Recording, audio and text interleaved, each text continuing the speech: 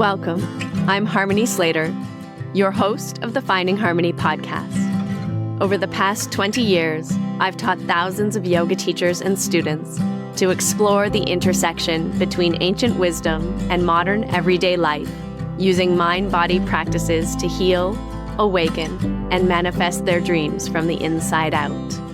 This podcast is a sanctuary for those feeling overwhelmed by life's challenges.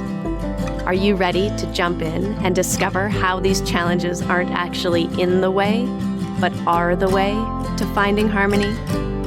Let's invite the magic back in. Hello, and welcome to the Finding Harmony podcast. I'm so thrilled that you're here today because we have a guest who is someone who was fundamental for me in my own yoga journey, who was one of the first teachers that I deeply connected with working at his retreat center on Koh Samui Island at that time, back in 2003, 4, 5, 6, 7. It was called Yoga Thailand, but it has since been transformed in the Samahita Yoga Retreat Center, and many of you may have even visited there. He started his own teacher training program, which I was an assistant on back in the Yoga Thailand days, and it continues on to this day. And it has taught many Ashtanga yoga teachers all over the world how to practice and teach Ashtanga yoga. But we're not really talking about the Ashtanga yoga practice today, even though Paul Dallaghan is a certified Ashtanga yoga teacher, certified by Sri K. Patabi Joyce. We are going to talk instead about Pranayama, which really is the blessing of being in that environment with him in Thailand, where I met my Pranayama teacher and guru. We share Sri O.P. Tawari, who is truly a master and a true guru in the sense of the word. And we're going to talk about how the pranayama practice, going deep into it, led to spiritual growth and development, as well as a very regulated nervous system. There's going to be some interesting stories about microdosing and how it may or may not have affected Paul on his journey, his experiments with those things, as well as what makes perhaps his own journey very fascinating and unique, which is his degree, his PhD in biological anthropology. He received this PhD after doing very intense studies, of course, at Emory University, specializing in the study of breath and related practices like yoga, of course. And so we are going to look at both the historical origins of pranayama and yoga, as well as some of the clinical protocols that he brought into his studies to scientifically measure and get real results around the importance of breathing and the yogic practices, what works, what doesn't work, as well as the effects on mental health, stress, and longevity. This is a conversation for all of the yoga nerds out there. If you love learning about true scientific benefits when related to yoga and breathing, pranayama in particular, or easy to practice breathwork practices, we're going to talk all about this today and why practicing yoga does indeed help your longevity, but only when it's practiced in a particular way. This is going to be a very fascinating conversation. I cannot wait to get started. So let's jump into chatting with my friend of over 20 years and fellow teacher, Paul Dallaghan. Hi, welcome to the Finding Harmony podcast. I'm so pleased you're tuning in today with me because I am here with a very old friend, Paul Dallaghan. How are you doing? Wonderful. Good morning from sunny California. Yeah, that's amazing. But you're not initially from California. I can hear that in your voice.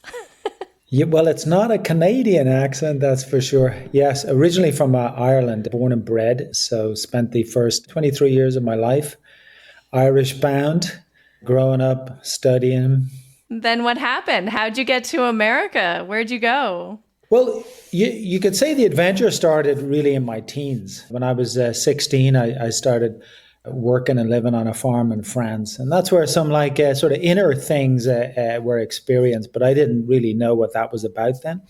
And so from there, between back to college in Ireland and then working in different parts of Europe, I eventually ended up on a kibbutz in Israel just after I graduated college. And at that time, I also got offered a green card for the US. So I was like, okay, do I stay working in Europe? Do I go to America? I did a year of work in Germany. And then I was like, enough. New York is calling. What were you working on in Europe and on a kibbutz?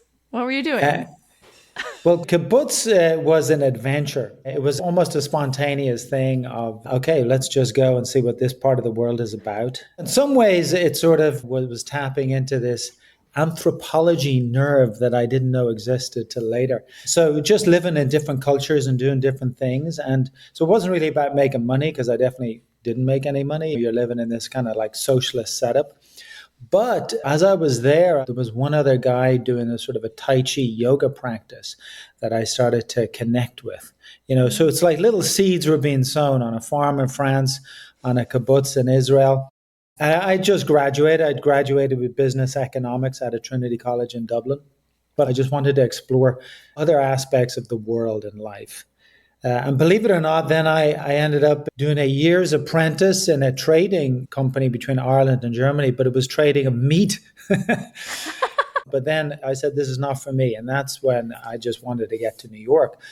But as soon as I got to New York, I found myself in the complete opposite of what I'd been in this sort of alternative, sort of spiritual green scene that was starting in the mid 90s, let's put it that way.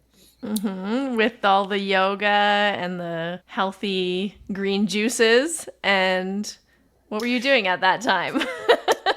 I said, okay, and maybe some people who are listening might have faced something similar, or definitely some of the younger ones now. You follow a course of life, you study something, and in a way, it kind of sets you up.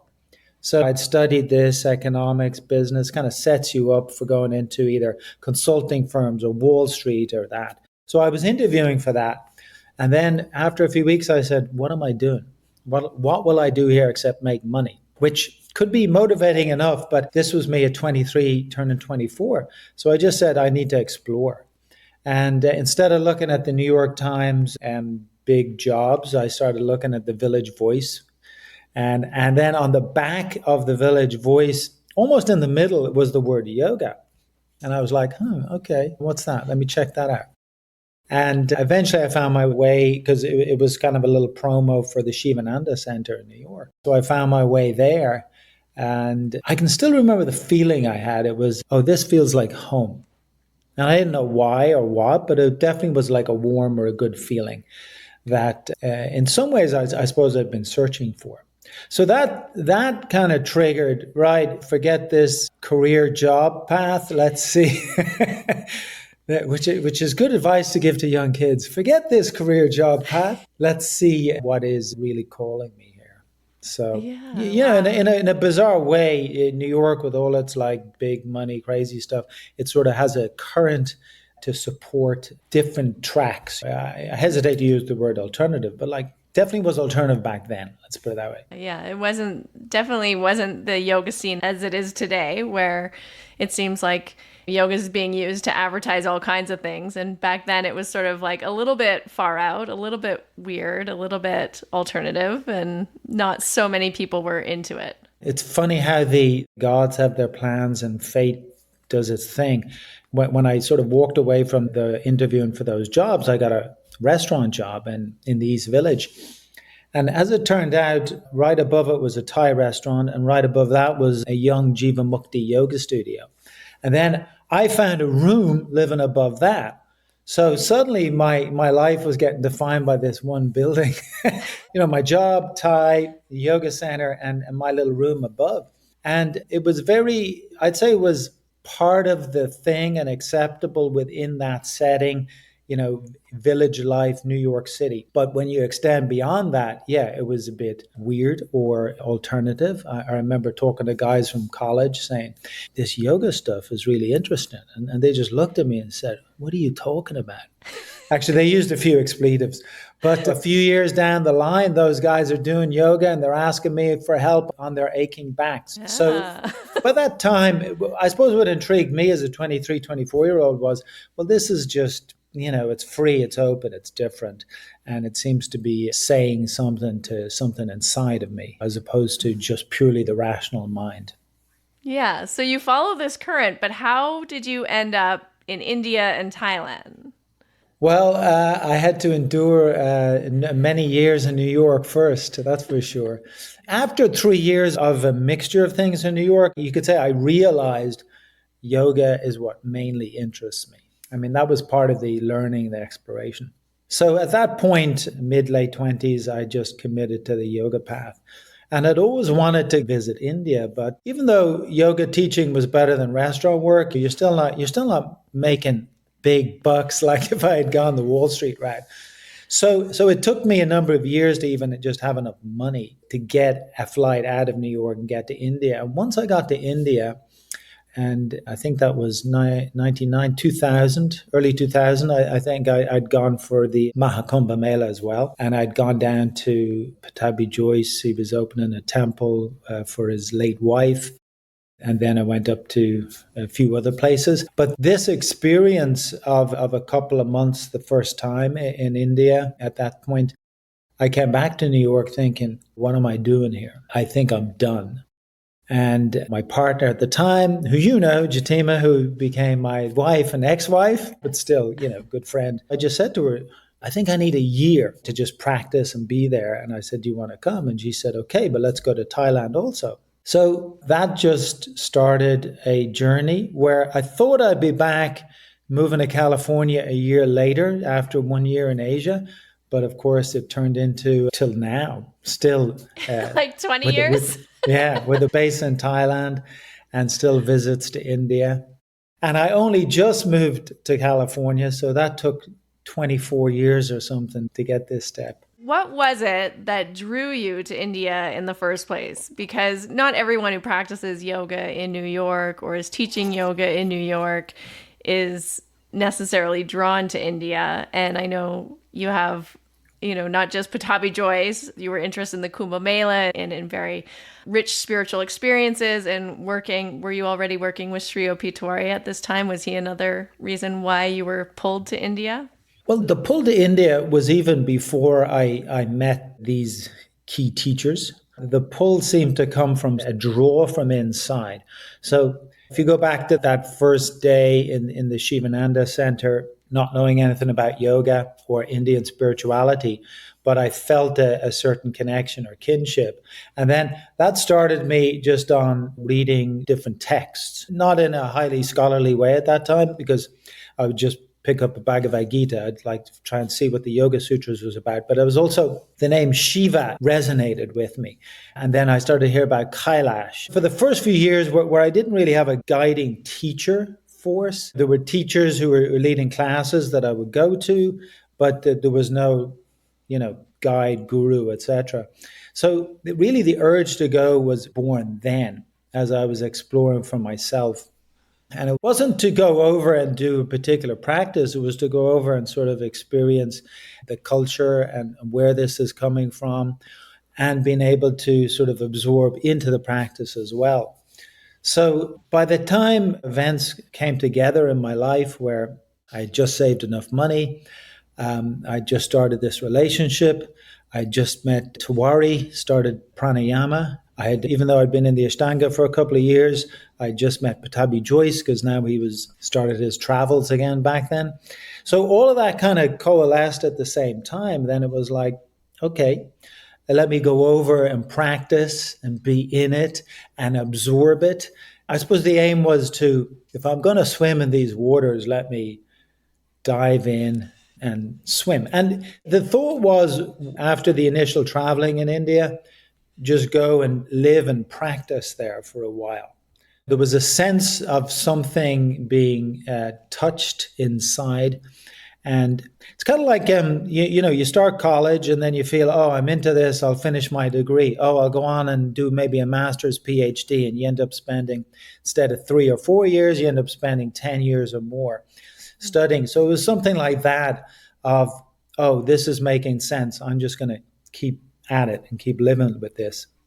And when not practicing in India, I would go wandering, pilgrimage, go up into the Himalaya, and that was almost just as valuable, just as part of. I call it the education. It was like the education after having done the kind of formal initial college stuff. Yeah, I think that's such a special experience. And I do have definitely your encouragement to thank for that too. Instead of hanging out in Mysore for infinite periods of time, but taking times and months of traveling and doing pilgrimages and meeting spiritual teachers, that was definitely something that I think was a ripple down effect from your own adventures and passion in meeting different teachers. It was definitely something that evoked my own curiosity, and I think very grateful for those rich experiences in India of just being in the culture and seeing different temples and teachers and places and people. And there's so much life outside of Gokulam or Mysore that many people don't actually explore, which is always a surprise to me. Funny thing is, I've still never been to Goa or to Rajasthan or the Taj Mahal, right? The kind of the three touristy spots I've still never been to, but all the other aspects of India have been fascinating and calling. And so, meeting and hanging with you there in Mysore, this was a nice kind of, okay, let's put our feet down and do some practice. But then, just as equal to that, and part of the education was, well, let's get the feet moving. And you end up in Arunachala because you've read about Ramana Maharshi down south. You go see Amachi, you're down in Kerala. I kept getting drawn up to the mountains, the Himalaya. Yeah. Often when I'm asked what would be one of your favorite spots, I say, well, if you put me in a helicopter now, just drop me up in Gangotri. Yeah. Yeah. And where you go up from there, Gomukh, the rising of the Ganga. I'm curious, this awakening, this inner calling that you speak of and that drew you to all these spiritual places and teachers and has pulled you on this path. Some people might call it an intuition. Some people might call it, I don't know, a spiritual life force or kundalini. What do you think it is? What is this inner essence that kind of gets awakened often when we enter into a path or enter into a spiritual practice that then kind of starts directing or guiding? I mean, it seems to me your path has been very directed and guided. Yeah, this is a very interesting topic with a few little questions actually in there. If I go to my first experience, which was at 16 on a farm in France, right? So there was nothing Eastern or mystical, etc., but there was something magical and there was some very specific experiences there. One, I was sort of left alone in nature a lot. And then two, there was a connection with a young, special child that sort of, I think, awoke my heart. And so I could only put that together years later. But I know that when I left there, to use the language now, there was a transformation of consciousness. There was a shift. So what is that? In a way, the interest becomes more towards what's going on inside. It's not like you get all philosophical and say, who am I? What's life about? What's this? That might enter into it. But more that pull or flow of mental attention. It obviously... And me at 16, 17, 18, it didn't leave the world, but it starts having an interest in subtler things, in things that are more meaningful than just procreation and making money, and feeding myself. So I would say that is sort of the essence of the current. You're either directed more internally or you're pulled more externally. And when we are interested in an inner development, a degree of cultivating sort of clarity, peace. When these things are more a priority than the size of my bank account or certain other like sort of physical stimuli, and I'm not saying that one negates the other, because, we live in the world and we still aim to be productive, earn, but there's a certain awareness and conscientiousness about how to earn and what to do, etc. Like I know for me, I stood on the largest trading floor in Wall Street, which is probably the largest one in the world back then, in 1995, Merrill Lynch. And I said, what will I do here but make money? And that's no offense to anyone who chose that and is in the finance business. But there must have been something in me that was like, I can walk away from that and look for something else. And in looking for something else, I had to earn $400 or $500 a week in a restaurant, and nothing more. So there was a trade-off, there was a payoff. There's a little bit of struggle because you feel your pride is kind of gets a knock because I studied this and I was meant to do things. But again, I would say, well, that's just me on the kind of material world level. So I would say that the current, with its own integrity, is drawn to aspects that cultivate part of the personality, but that inner aspect of consciousness. Now, when we bring in kind of language of the words like Kundalini, etc., recently I was looking at something, and it was someone who'd taken a Kundalini activation course in Bali, right? So that's where my sirens go off and say, because my understanding, one of how I've been educated on the path of Kundalini with O.P. Tiwari, and the practices that are to cultivate that. And then it's just like, I suppose, yoga in the public sense just means the body physical stuff, but it's the whole meditative path. Kundalini seems to have been thrown out there as when you start feeling energy moving in your pelvis and around your body, there's a Kundalini bit and I feel it in the spine, etc.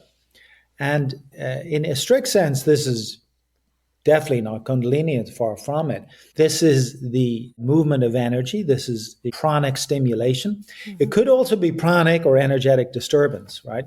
That's the thing to sort of watch. And that's where having like good teacher, good guide, because I know that's what helped me, because it's very easy to overdo things or to approach it wrong or to sort of self-delude. And when you have other people saying, oh, that's your Kundalini. Oh, that teacher awoke you. Oh, in other words, the actual event of something like a channeled energetic awakening and force and movement comes after a while of very internalized practice. So what you could say is awakening is something that's going to come before that, right? Mm. Meaning the state of your mind has sort of woke up a bit that the stuff I'm presented with in the world, the material presentation of that, I can see it more for what it is, and it doesn't bring full satisfaction to me. So without getting lost in the hype and the glitz, I look to that which nourishes my soul more, right? Mm. So that at least is where I would say the sort of awakening aspect is, which is possible for us all. And it could sort of come at any particular moment for any individual because you have your aha moment or you have some deeper experience. The way I actually like to describe this, and it's also how I kind of talk about meditation and its effect, is I use this phrase, it touches you. So you get this sense of, like, you could be in a very deep, meaningful relationship, and that could be with your romantic partner, or it could be with your newborn child. Or like what happened to me in France, there were kids in the farm that lived with, and the youngest was 6 and she was Down syndrome, right? Mm-hmm. Mentally handicapped, Down syndrome. And her and I became so bonded, so close. I mean, in many ways, I look at her now as a teacher. She was a sort of a special spiritual being. And it massively touched my heart. And there was no agenda. There was no way of knowing or aiming at that. I was put in a situation, and this is what happened, in a very natural setting. So with that, and this is slightly different than, I'm in love with this person when I feel something, infatuation. So something has moved and touched you. And even committing to certain practices, like I would even suggest a deeper, sincere meditation practice, or even like with pranayama, when you're really practicing that and you allow yourself to kind of drop into it, over a period of time of dropping into that, it actually touches you. There's a deep effect. So let's say one could have a genuine awakening, but then and now you're awake, you got to get out of bed and get on with the day of this life, right? Yeah. So then it is not just beneficial, but it's really needed to have some path of something to work on practice wise, okay? Well, from wherever that comes. And I would almost say that across a few decades, you're probably going to get into a mixture of approaches from different cultures and traditions. That's been my experience.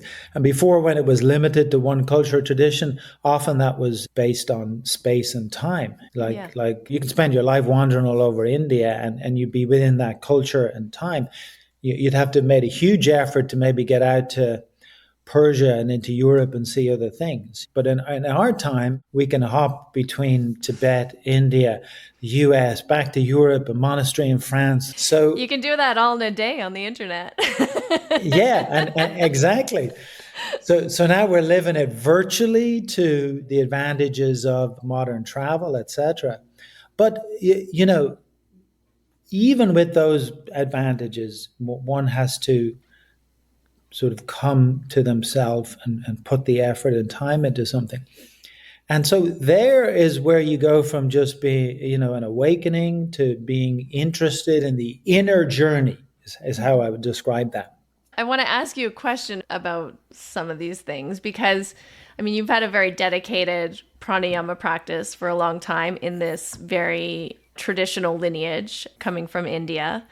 But then you've also expanded your studies and received a PhD in science of some sort, right? Studying the effects of some of these practices from a scientific perspective, not just sort of a lineage mystical perspective. What have you found? Like, where's maybe the bridge, or how would you describe what's happening to a practitioner when we sit down and we engage in meditation or pranayama from a scientific perspective? And do you feel like that's added a different dimension or element to your understanding of what's going on? Yes. So by the time I got into the academic work, the years of full-on practice and studying from that perspective, very, for want of a better term, call it the kind of Eastern practitioner way, I'd kind of reached its max after 10 years of that. And I feel that having done the practice part first was crucial to my own progress then in what you might call a modern, I don't want to say Western because that's not fair, because the academic institutions are advanced on the East and in the West, etc. So it's more of a traditional practice approach to a modern that brings in science and aspects of the humanities approach, right? But it's academia. It's more, these things are approached at a slight distance. You shouldn't even show a kind of an interest in it because you're supposed to be that much removed.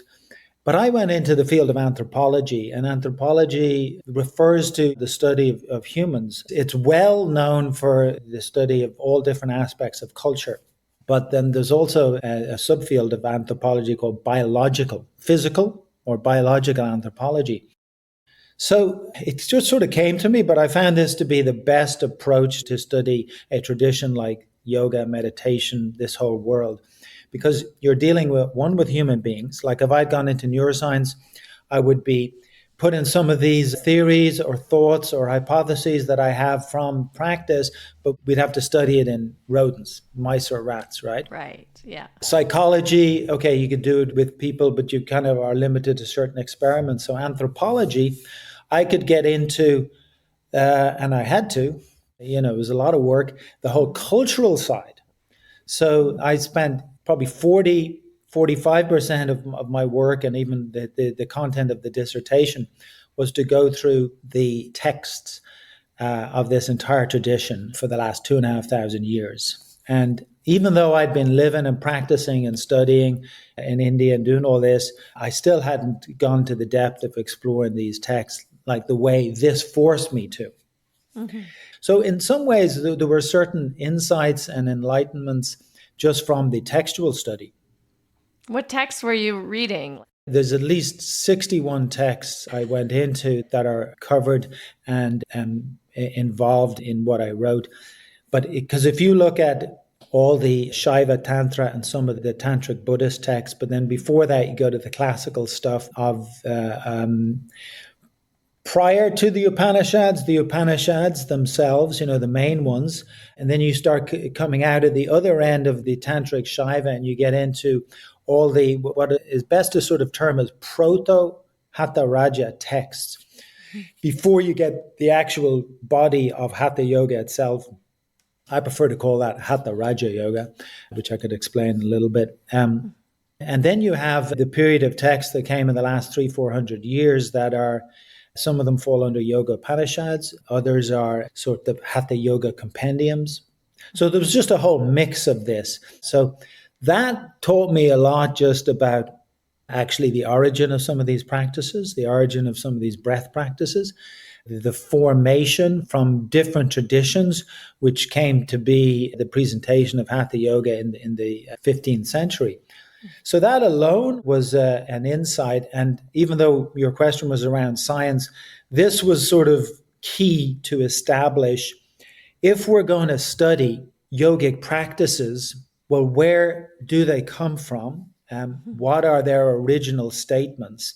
And what are their precursors? What I would get frustrated in is, and this is, I suppose, my criticism of the scientific study of yoga practice that's been published so far, is that there are some very good studies with very good protocols, but the majority are, we studied yoga, and it's very unclear what the method, technique, or specific practice was, or how it was even put together. And some are downright just made up, and some are a little bit loose and casual, which is in sharp contrast to the scientific method. So the paper, because it's been published, passes peer review for scientific method, right? Meaning the study design, the statistical analysis, the presentation of that. So, and especially if it's going to be in a higher level journal, a major scientific journal, it would have to have that at a very high level. But there was a gap in explaining yoga, the yoga practice, and the specifics of the technique. So my view was, right, I'm covering a cultural and I'm covering a biological. So I need to get into the real base of these practices. So when I put together protocols for practice under scientific analysis, then what was in those protocols are these yogic practices that can be found in these texts going back these times. And of course, it's not just all about everything in a text. It's like how this now works in a living, breathing, real tradition of practice, and how you separate that out from something that's just become popular and has a sort of a primarily physical input to, for me, it was important to cover comprehensive yogic presentation. What does that involve? What is a comprehensive yogic presentation? If you start really looking at the yoga tradition, you'll see that, okay, maybe a good entry point is something with the body, right? Mm-hmm. But not for everybody. You can enter through some of the devotional practice, or you could enter through some of the mental meditative practice. But in general, and as we know, the popularity of yoga, it's situated around the kind of physical, the body. However, if that was all you followed for the next 20, 30 years, it would be like just eating one type of food for the rest of your life, or only reading one kind of book, playing one kind of sport or something. So when I say comprehensive, when you start to look at it and think about like the time we spent together, right? Back in the days when we wouldn't just get up and do Ashtanga yoga, vinyasa practice, right? That was one part of what we were doing. We were getting up to do certain contemplative meditation techniques that involves actual contemplation as well as mantra and other silent stuff. And then, of course, the whole breath pranayama practice, which involves preparatory stuff, kriyas, as well as the actual full-on pranayama itself. And then you have, the body asana. And then how is that even done? And does it feed and relate to the others? So often I'd see the popularity of, say, an asana practice, but the question is, does it link? Does it have some input on the pranayama and meditative practices. Initially, this whole set of techniques are designed like that. One supports the other and builds it. So if I'm going to be able to sit and work with my breath, well, my asana should have cultivated the support and the capacity. Or I could practice asana, I could get a nice kind of a workout, but I might have like shifted my autonomic nervous balance, and then I'm going for pranayama, and I can still do it, but I'm not getting the full benefit or impact as if I had understood how they were related. So I hope that is making sense. So when I say comprehensive, it's that full sense of practices together. So the program that you would have been studying and that you created would have a physical component, like an asana type component, as well as a breathing component, a contemplative or meditative component, as well as some like emotional devotive component. Is that? Yeah, I have 3 protocols, but when I've presented some of this stuff at more scientific conferences, when I put up the 3 aspects that were done in a comprehensive yoga practice by our intervention group, our study group, it's easy for me to say it's all breath-based. And the heart-centered meditative approach is soft to almost silent breath, right? The body-based asana approach, which I actually called SEDA, slow, engaged, dynamic asana, right? And dynamic doesn't mean jumping around, though one might have a bit of movement. It's sort of like how you approach the asana itself dynamically from within inside the body. But slow and engaged. That would involve a particular medium level of breath as appropriate to match the physical effort. And then the full breath practice approach itself, covering the whole pranayama sort of tradition, is a full breath approach. So you could say the comprehensive approach is breath-based, but it's at different levels of the breath being used. Pranayama using the breath specifically, but asana to be done effectively needs breath coordinating with that. And then, actually when that's working and you sit in a sort of a meditative way, then you actually are able to let the breath reduce. So that as a comprehensive practice, which is very feasible, by the way, it just has to be learned to sort of in pieces. This was not a challenge for me and a team to teach this to a group of 42 over a 6-week period. There were 2 control groups, just back on the scientific side. One of the control groups was only doing asana. Now, admittedly, it was the do a pose, rest, as opposed to sort of a more vinyasa active approach.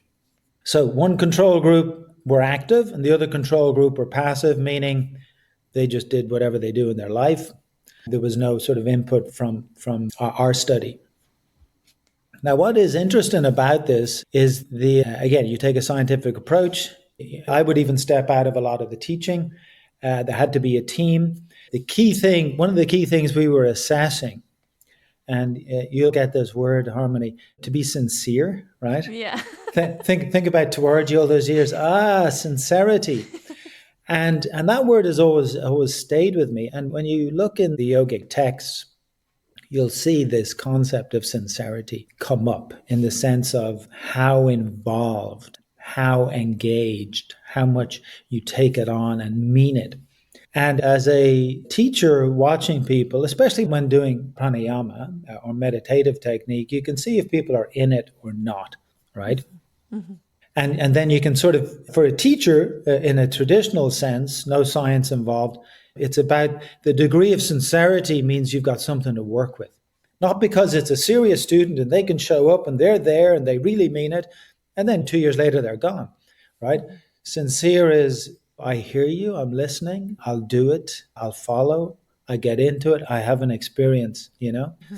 So a key thing was to build, encourage that sincerity or engagement across the practices and then to assess that. And so I gave a term to that called engaged participation.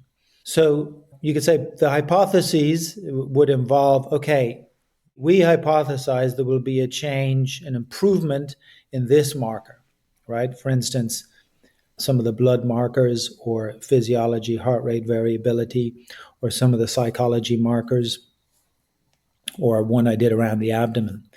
So the hypothesis is this will improve from baseline. And a secondary hypothesis on that is that the more engaged one is, so the more in it you are, there will be an effect or a greater effect. Okay, in this study, it doesn't matter if you were doing the slow approach or the medium approach or the intense approach. It was more about how engaged you were, like how sincere you were in what you were doing. Yeah, so if you look at it in a fundamental sense, I was more interested in comprehensive yoga practice as opposed to asana did this, breath did that. That's like saying, well, this cell in your body just does that, or this vitamin just does that. Whereas we know how a yogic meditative practice works. You really come together in all aspects. Yeah. So, as I said, one control group were just doing asana. The intervention study group were doing the mixture of practices. Okay. But was it like some were slow and some was kind of medium and some was more intense? Yeah, it involved the meditative, the pranayama, Okay. and the slower asana. Okay, but slower, they're all doing the same practice. The intervention group are. Okay. The study group. Whereas the control group is only doing asana. Yeah, simple and asana. Then some were doing nothing. And some were doing nothing, exactly. This was registered as a clinical trial. So to get it at that level, you don't want just one control group because it doesn't tell you enough. So one active, one passive, meaning not do anything. And then the study group, we're basically doing, again, back to how would I relate that? Breath-based yoga practice. Call it that for now, right? Yeah. Now, all of them, including the controls, all of them were assessed for engagement, for sincerity, right? Not just the study group. Anyone who was practicing got a score from the mixture of teachers, not directly from me. So, and then all of that is anonymized, but let's jump to the punchline. Yeah. I want to know the results already. Well, one of these papers is getting close, it's close to getting out there published, but one of the markers is telomeres, right? Telomeres. Yeah. Now, so when you look at the chromosome inside the cell that it houses the DNA, the genetic material, that chromosome, if it starts to wear down, it unravels, and then that cell doesn't reproduce, and that's just considered aging, right? So when the telomere can sort of reproduce, sort of lengthen again, there's a robustness to the cell, call it better health span, better longevity. So I was working with the key people at UCSF in San Francisco. And bottom line is the intervention, meaning the breath-based yoga practice group, right, the comprehensive group, that group and only that group saw a very significant increase in telomeres.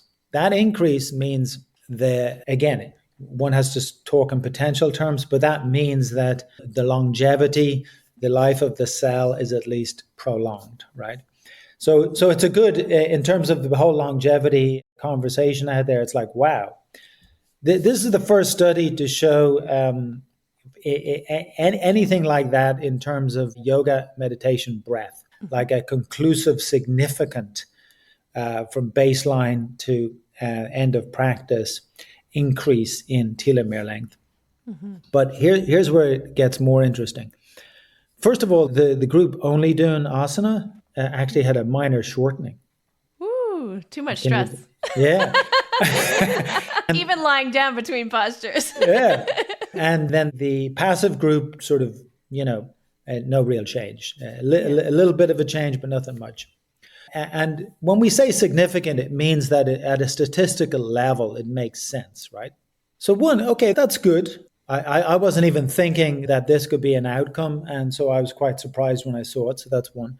But more importantly, when you go in and do a little more analysis to see what are the different factors that could influence that. So let's say it could be, is it being male versus female? Is it being older versus younger? Is it, like in this case, were you more engaged or less engaged, meaning more sincere or less sincere, and so on. And so by far, the most predictive factor for this change in longevity, increase in telomeres, was how engaged you were. Wow. So what's all that mean? Thank you for continuing to listen. What does all that mean? It's in some ways I say, well, what you practice is important, right? Because obviously more comprehensive, more well-rounded and breath-based had a particular effect versus just asana or nothing. But how you practice is crucial, right? So even in our group that reported an increase in telomere length, those that were not that engaged did not really experience that effect.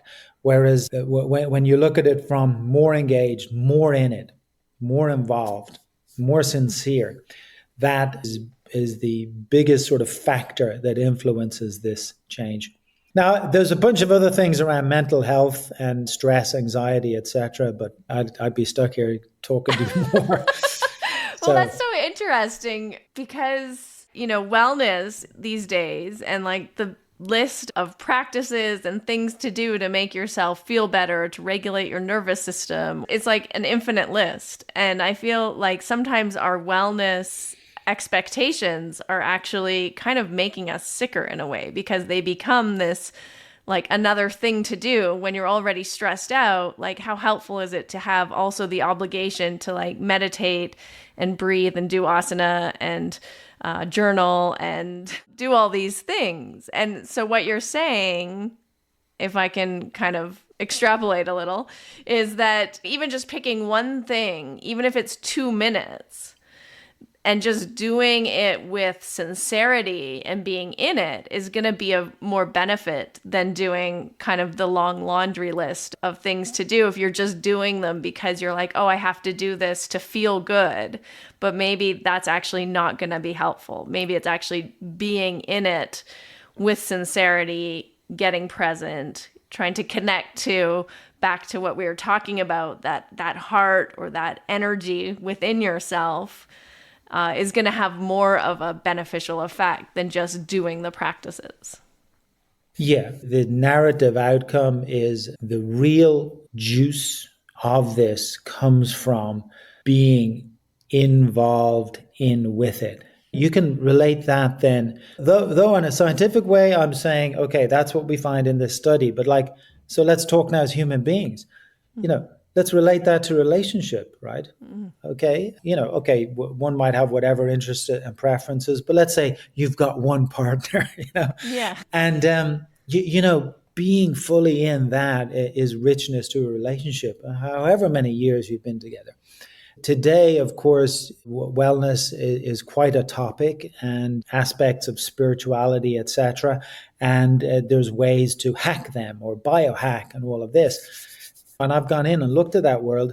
And of course, people can do it sincerely. But like you say, you can be left taking 80 pills. And cold showers. Yeah. Well, admittedly, I do the cold shower. But I was doing the cold shower back in early Thailand days because we didn't even have hot showers. Exactly. Yeah. So the thing is, whatever you take on, you want to take it on because you're into it and you mean it. You know what I mean? It's just like with a person, with friendship, with a relationship. You're into it and you mean it. So I do think that is a huge point, or aspect that one comes out of this study. But when you look at like the teaching of these traditions, that's basically what they're saying. You've got to like embrace it. Shraddha is one word to look at that. And if not, for sure you can get some physiological benefits, but you really reduce the possibility of that probably by 2 or 3 times. So in short, embrace, engage, be in it. Yeah, full immersion. Well, one of the other very interesting findings that will go in a different paper was on the mental health side. Again, we talk about stress, but there's a great measure of perceived stress, right? Which is more appropriate to the psychological dimension. Perceived because the event isn't happening. You're in your head ruminating. You're perceiving like, oh my God, like tomorrow, or this isn't happening, or will I get this? Will that happen to me? Or will I meet someone? Or how do I pay for that? All of that goes on, right? So our degree of like how we look at the world, call it optimism, and perception of how we look at things. So this is really a great measure that's been well tested and studied and justified over the last 20 years. So perceived stress, but then there's also ways of looking at anxiety. And these two factors, similarly with the breath-based practice group, right, our kind of more well-rounded yoga practice had big breakthroughs, like, again, significant. Meaning it's great for me to report and do a paper on, right? So that's a good result. And it's not going to say, oh, look, yoga practice can work, right? It says, when you approach practice in a more comprehensive way and when you engage in it more, we have found that there's a change in longevity via telomere length. And we've also found a change in mental health markers, such as how you perceive and handle stress and anxiety. Yeah, that's fascinating because it's an emotional reaction you're having to your thoughts that creates that perceived stress, right? You think, oh, I have to do this thing. And the emotion that comes up around it is, or, right? Like there's I'm so tired. That's so hard, right? And that's an emotional experience that you're having, which is very interesting because what you're saying also about being present and being in it and then doing these comprehensive breath-based practices is really like connecting to regulating your limbic system, I would suspect, and regulating your emotional kind of reactivity to things, which of course is going to help create less anxiety, less perceived stress in your life, because rather than being dysregulated from an autonomic nervous system perspective and that affecting your emotions, you're going to be more regulated or more able to manage in that emotional sphere whatever is coming at you in your future or in your present. Yeah, the interesting part of working this with humans is, of course, you can get more narrative and qualitative data, but it's very hard to identify the mechanisms in the brain. Mm-hmm. Like I would hypothesize that it's not just networks in the brain, meaning like I engage in practice and now instead of me ruminating, I shift away from that, become a bit more positive. So there's one aspect in terms of a network, like different circuitry in the brain. But the other aspect is the sort of a morphological change. Like if you were to look at a neuron, they're kind of plastic, and then they can down on the spready tree bit, the dendrites, you can have more spikes rise on them, and then they can withdraw, right? Now, if you were to try to look at that in a post-mortem, a dead person's brain, you won't see it. They're dead, it's gone, all that's withdrawn. So, but something happens in the process. And, I've come to, again, I can only hypothesize if I'm being strictly scientific, but I've come to the understanding that something goes on beyond just straight up physiology. Something goes on in a sort of right down to the shape and space of the neuron itself, because when you have that, the contact for different neurotransmitters suddenly doubles or triples. So if you were to look at doing a breath practice versus taking psychedelics, for instance, right? Which is something we should study, right? And I've been talking to some people about. But I have very different experiences with psychedelics after all these practices than what one is supposed to have, you see? Tell me more about that. So now I'm in LA. I'm connecting here with UCLA, and the leading expert in neuroscience for the breath is here in UCLA. So I've developed a nice relationship with him. Professor Jack Feldman, wonderful guy, and he discovered the breath center in the brainstem and the specifics. So, he actually named the pre-Botzinger complex, the specifics that kind of control the rhythm of breathing, all of that. And I even just had this conversation with him about the experience, psychedelics, and having sort of zero impact, zero change in a hallucinatory sense, right? And his feedback, amongst others I've discussed too, is, wow, the breath practice must have had some impact on that. Which, and I suppose a little backstory in this, the last 7 years, because a lot of people were asking me about psychedelics, etc. So I said, okay, I've just got to try them all. Yeah, why not? And I said it to Tawari. I said, look, I'm getting asked all these questions. I think I should just look into these things, try them. And he was like, okay, you do. But you won't experience, it won't do anything. I said, okay, but I have to see. Yeah. So for me, it's been a lot of LSD, ayahuasca, psilocybin. There's a few others I could still try, but so far, not an impact in terms of how we describe it. I think if I was taking it 20 years ago, it would be completely different. But is there any impact, or is there any sense of hallucinations happening or something? Psychedelic or zero? My experience across, and I've taken a lot of different sized doses, etc. So done a fair whack. Zero hallucinatory experience. Wow. But you're like Nim Curly Baba over there. I went definitely not that far. But the physical effect, the body had to.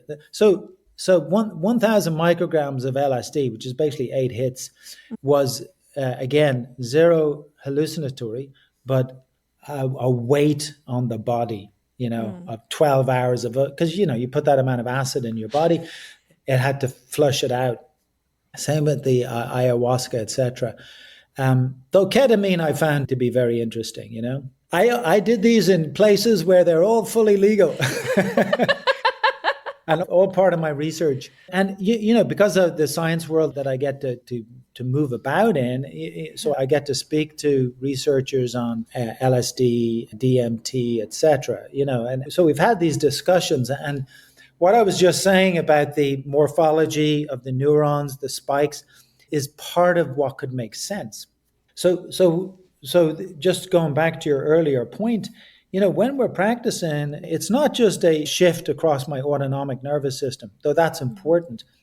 There's something more that's going on here that we, I don't know if science will ever be able to specifically identify unless we get very, very sensitive equipment. Because, you're going to have to look at these in like a living human being, and it's very hard to tell. But something for sure happens across emotional regulation, autonomic physiological processing, which basically means you can better handle the stressors that come to you. But also just in the sense of, your earlier question about awakening and Kundalini, etc. Something is going on almost across the brain, right?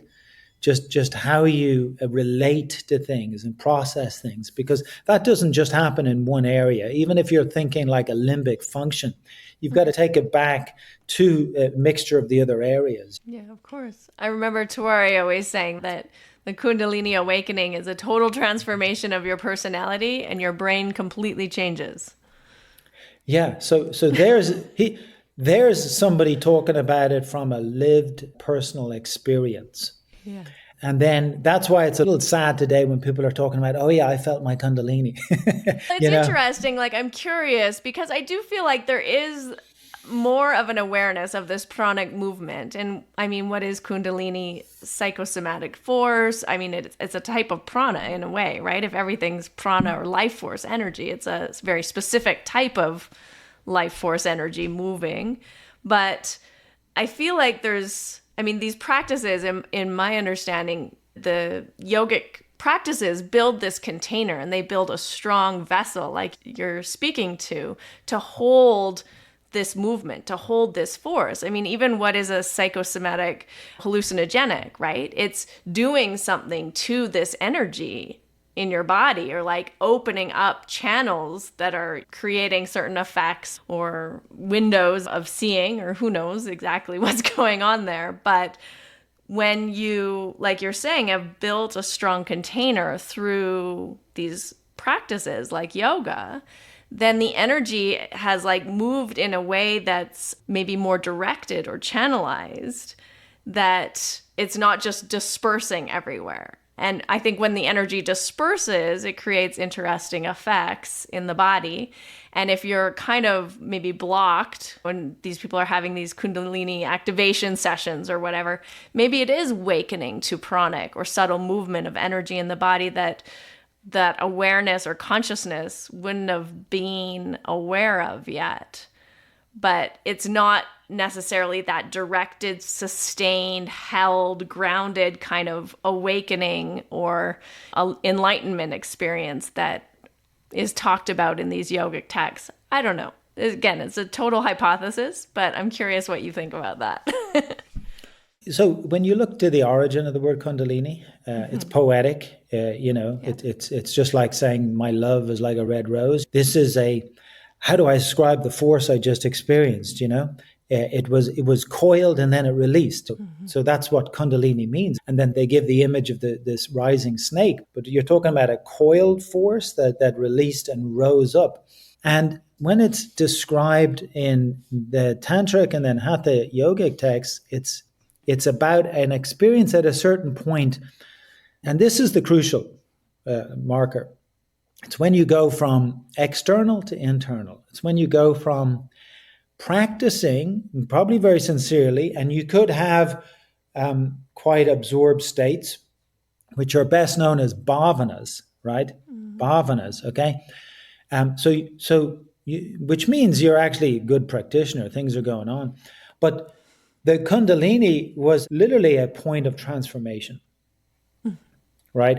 So when the name was given, because it's all energy, right? Yeah. So when the name was given to energy that now brought you from external to internal, brought you to genuinely experience meditation. So brought you from dharana to dhyana, right? The sixth to the seventh limb.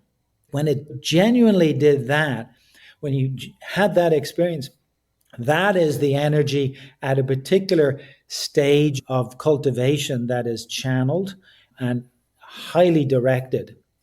And for want of, well, at least the term I come up with, it's internally oriented.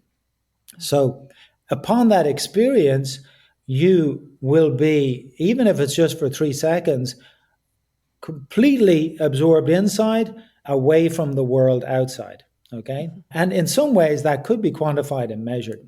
Now, if you go back, depending on what you're doing, you've created a bit of a movement, a disturbance, a stimulation.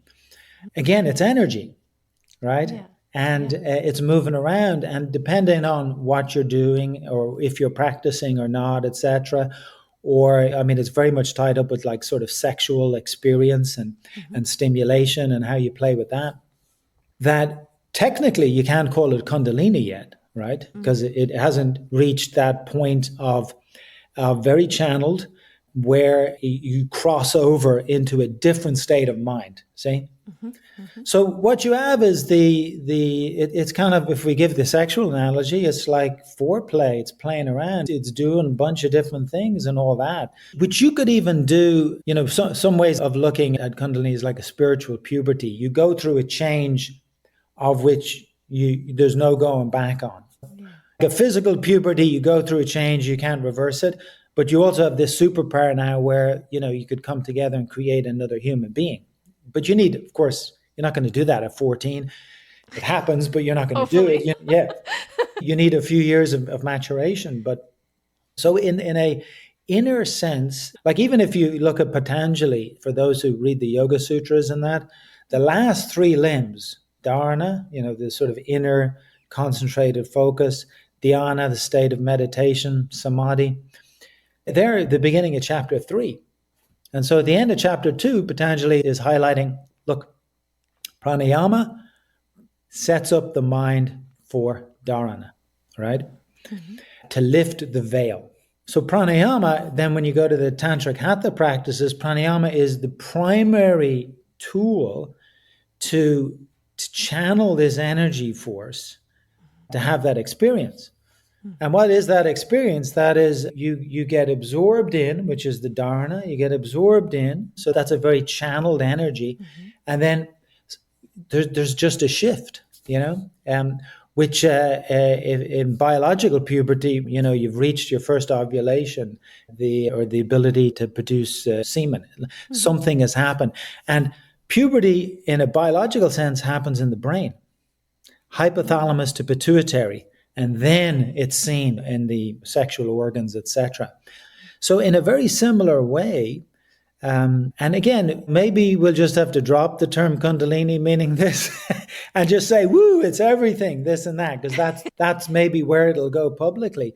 But there is a difference between energy stimulating in a kind of a flirtatious foreplay way to doing some practices that get it under sort of a more channeled control, to eventually experiencing that change like deep in the center of the brain, So I hope that gives some sort of insight. Does it? Yeah? Yeah, I think it's a great analogy. And also, I think sometimes we don't necessarily understand what these yogic practices really were for. And especially in today's day and age, yoga's for wellness, it's for stress relief, it's for, being more flexible or stronger or regulating your nervous system.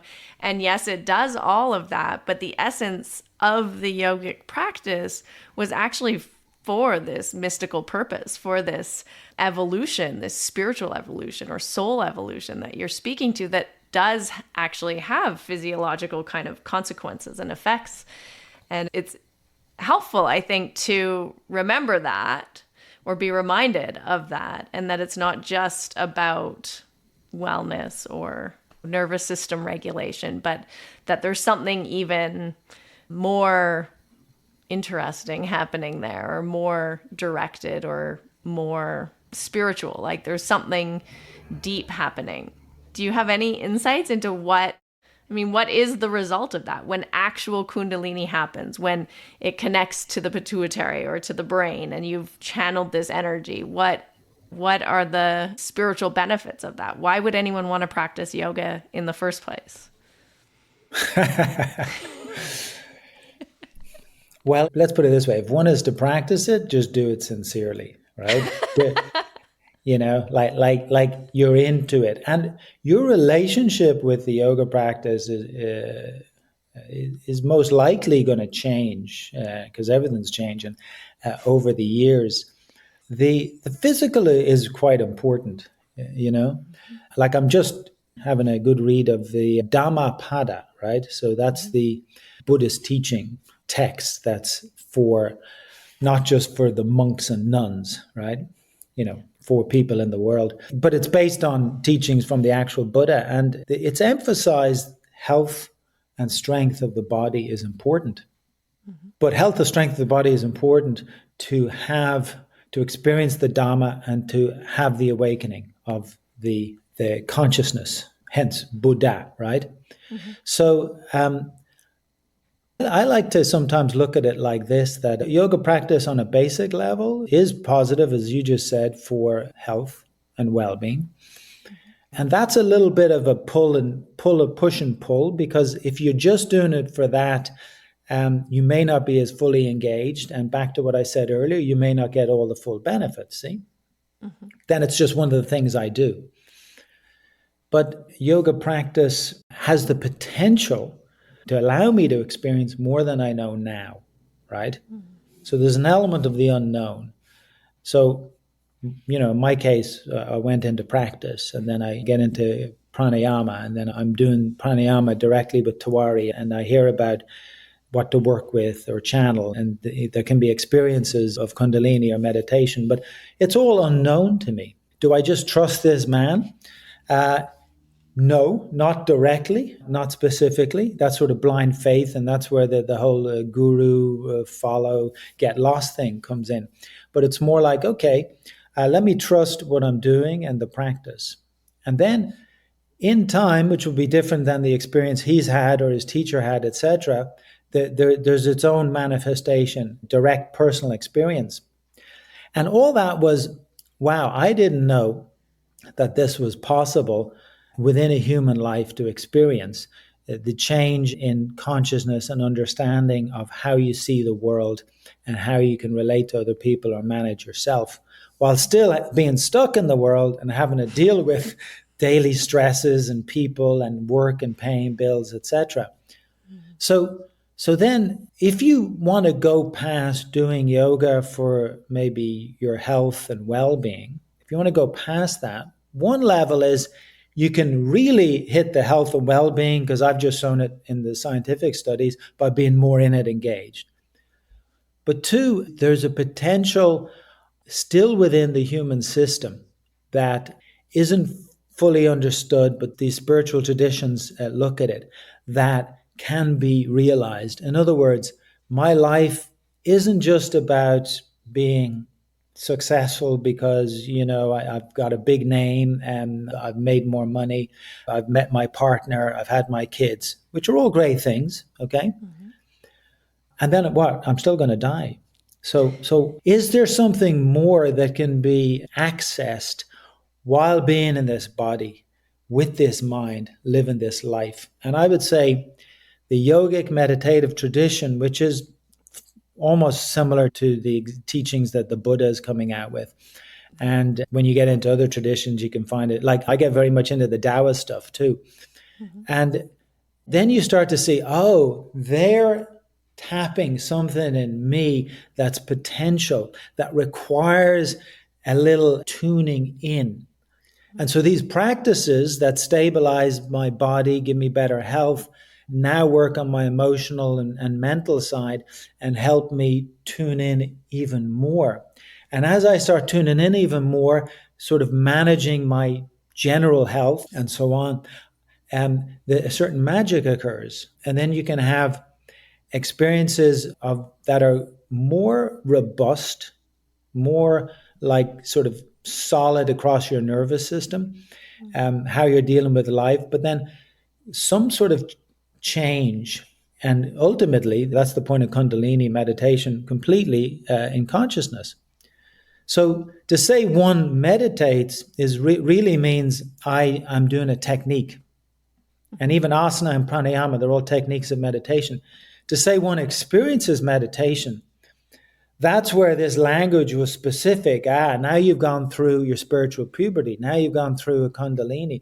Now you can actually go into a different level of practice, which is internal practice. Meaning, outside you might see me sitting there with my eyes closed, etc. But, my mind could be busy here and there. So I'm still technically an external practitioner, right? Or I might absorb. That means, okay, things are good. You're getting closer. But to have the capacity for those inner changes that now a lot of the teachings talk about, that's where the yogic practices are crucial. And they bring about, for Patanjali, it was you go from dharana to dhyana, and then you're on the internal.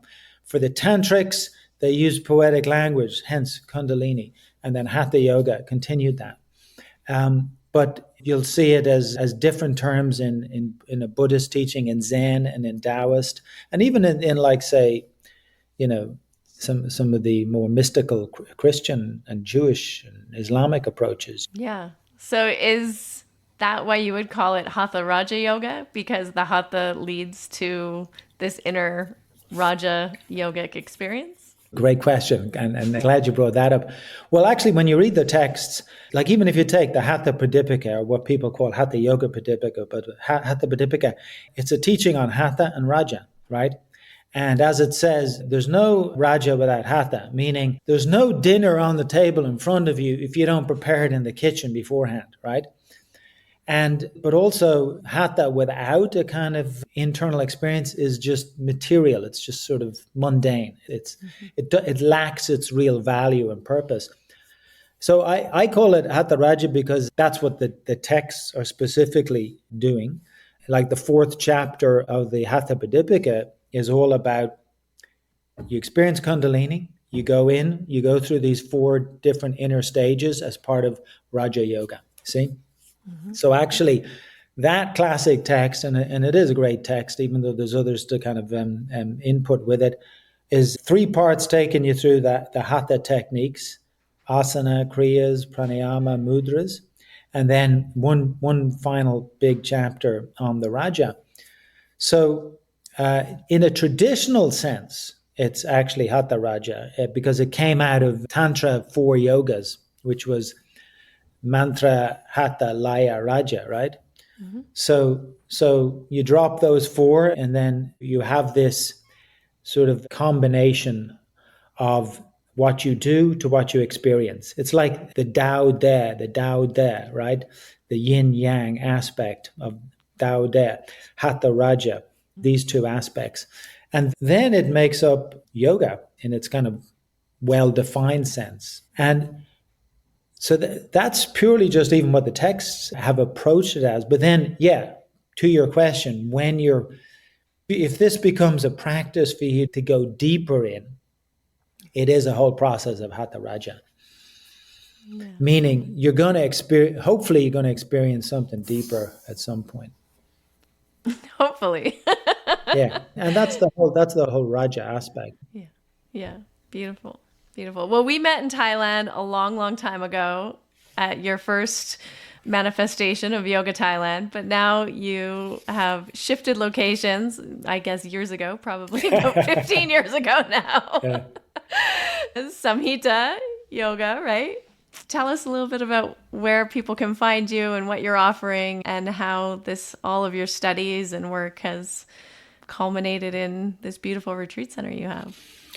Yeah, well, Samahita retreat is on Koh Samui in Thailand, a beautiful spot on the beach, 200 meters of beachfront at this point. So yeah, it's been a growing, developing structure since our early days there. And that's ongoing practices.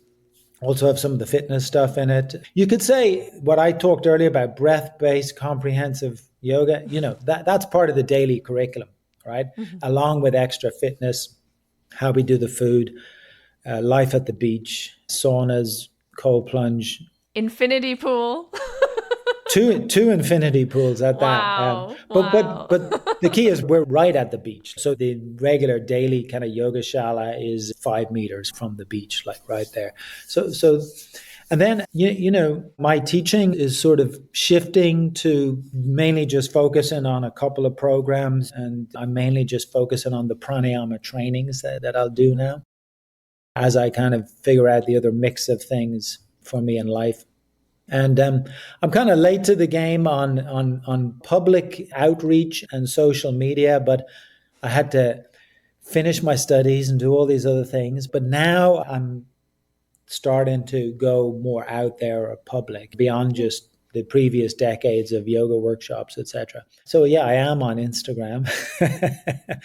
And I try to put up short little helpful videos teaching things and tips of how to apply it in life, really, like look, this will help you with sleep, or this is how I approach my coffee or green shake, etc., as well as some specifics on some of these pranayama techniques.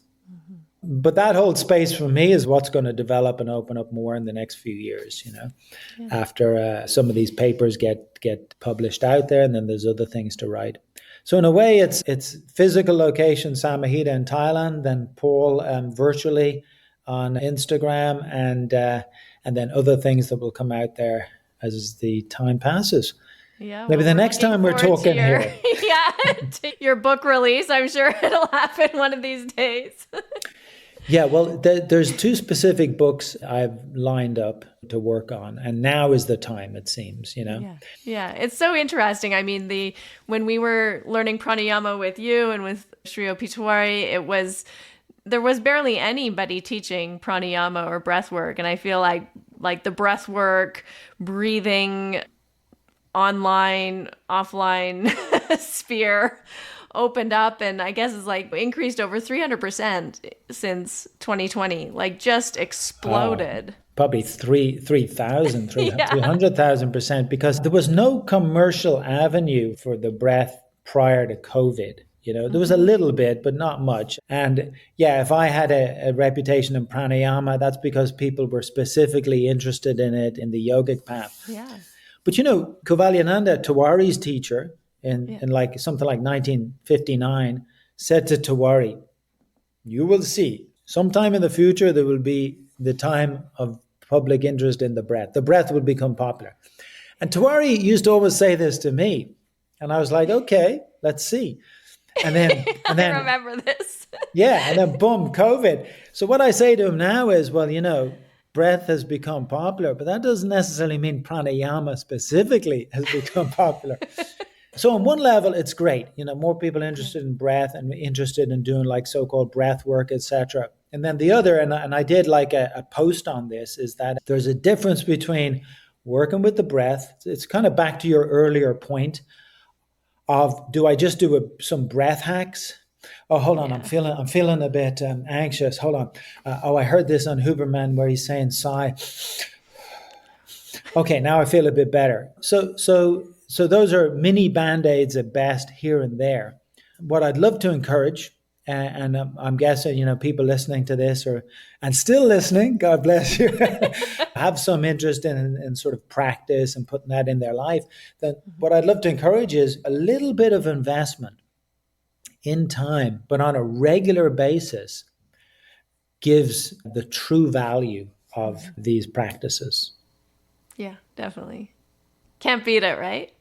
Oh, yes. Well, thank you so much for coming on today. It was so nice to reconnect with you. And, just hear all about your work and what you're up to now. Yeah, thank you. And it is my pleasure, Harmony, to be back here talking with you. We bonded 22 years ago and spent our few years together.